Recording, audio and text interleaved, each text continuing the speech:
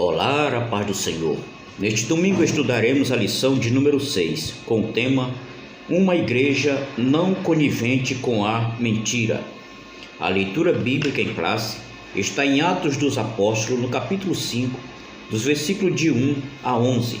A palavra-chave é mentira.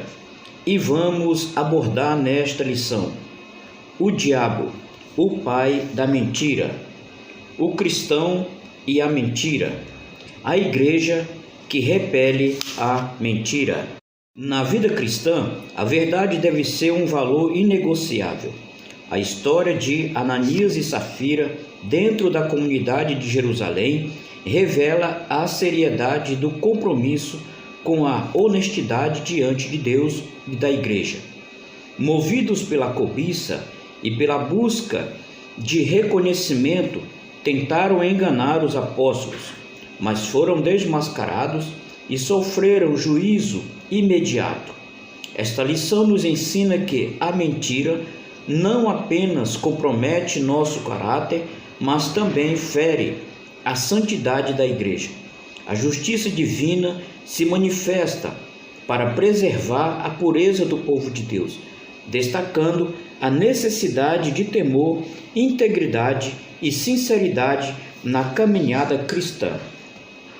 Um casal aparentemente despretensioso achou que podia lucrar às custas da santidade da igreja.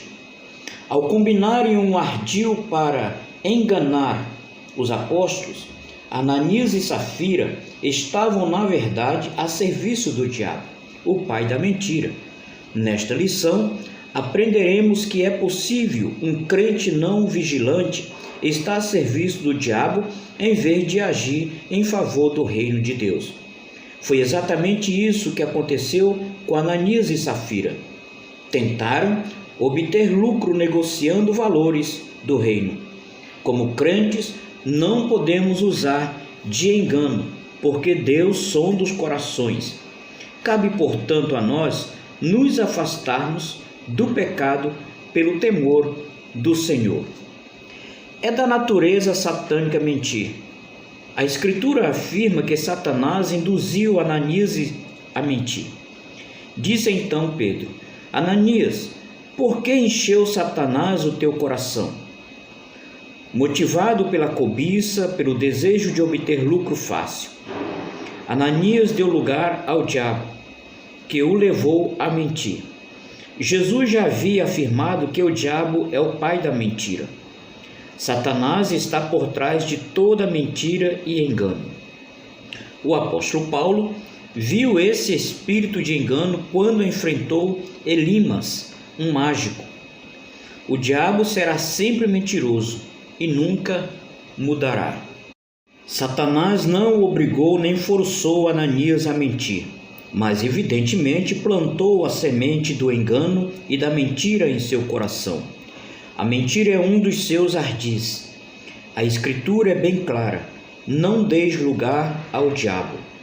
Por certo, Ananias sabia disso, pois estava numa igreja doutrinada pelos apóstolos. A questão, portanto, não estava em não saber fazer a coisa certa, mas em subestimar o ardil do inimigo, que possui a capacidade de induzir a fazer a coisa errada. É possível que o casal tenha flertado com a possibilidade de ganhar lucro e fama, fingindo estar fazendo a coisa certa. Duas coisas que não são em si mesmas pecaminosas, mas quando buscadas com a intenção errada, se tornam pecado. O apóstolo Paulo orienta os crentes a perdoarem e a não guardarem nenhuma raiz de amargura. Se por um lado não podemos superestimar o inimigo, visto ele ter sido derrotado na cruz, por outro lado, não podemos subestimá-lo. Paulo orienta os crentes a se revestirem de toda a armadura de Deus, para que possam ficar firmes contra as astutas ciladas do diabo. Mentir é uma escolha. Um fato fica evidente em Atos 5, de 1 a 11, tanto Ananias quanto sua mulher, Safira, agiram livremente na questão envolvendo a venda de uma propriedade. Isso fica ainda mais claro quando Pedro, sob o discernimento do Espírito Santo, reprova Ananias por ter tentado enganar a igreja acerca do real valor da propriedade. Ananias não foi obrigado, nem tampouco constrangido, a agir da forma como agiu. Tanto ele como sua esposa, que foi conivente com a ação dele, tomaram uma decisão livre. Mentir é uma escolha que envolve a natureza moral. Ora, para haver responsabilidade moral, é necessário que os nossos atos sejam feitos livremente, isto é, não estejam sob nenhuma força externa que nos obrigue a praticá-los. Se formos atraídos pela mentira, se por um lado Ananias e Safira tomaram decisões livres, por outro lado, sofreram implicações de suas decisões. E Ananias, ouvindo estas palavras, caiu e expirou. Não podemos saber o que se passou pela cabeça de Ananias e Safira para agirem como agiram. O certo é que quiseram obter vantagem com a negociação feita. Evite que o pecado germine. Tomás Kempis escreveu, em primeiro lugar, chega à mente um simples pensamento sobre o mal. Então chega à mente uma forte impressão do mesmo. E depois, o deleite no mal com o impulso de praticar. E finalmente, o consentimento. Estas palavras descrevem o caráter gradual do pecado. Ananias e Safira se deixaram encantar por Satanás. Deixaram seu amor a Deus ceder lugar à concupiscência pelo ouro. Houve, no entanto, um tempo em que tinham a possibilidade de resistir à tentação. E a lição que tiramos é: evite que o pecado germine. O pecado começa com um pensamento. É nesta altura que se trava a batalha decisiva contra o pecado. Devemos nos apegar firmemente à doutrina bíblica de que o diabo pode ser resistido. A igreja que repele a mentira, ela é uma igreja temente e ela é uma igreja forte. Lucas destaca que os fatos ocorridos com Ananias e Safira trouxeram um grande temor dentro e fora da igreja.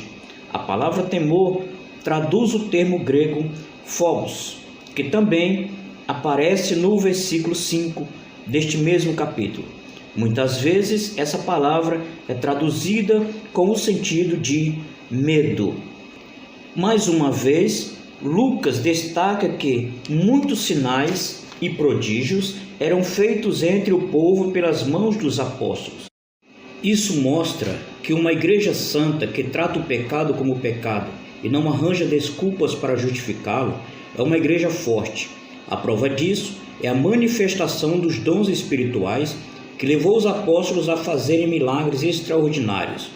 Uma igreja fraca, anêmica, por falta de disciplina espiritual e que aprendeu a tolerar o pecado em seu meio, torna-se inoperante.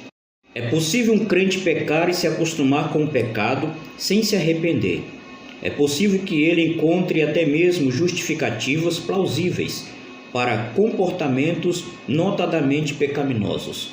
Contudo, uma coisa é certa: não é possível escapar do juízo divino.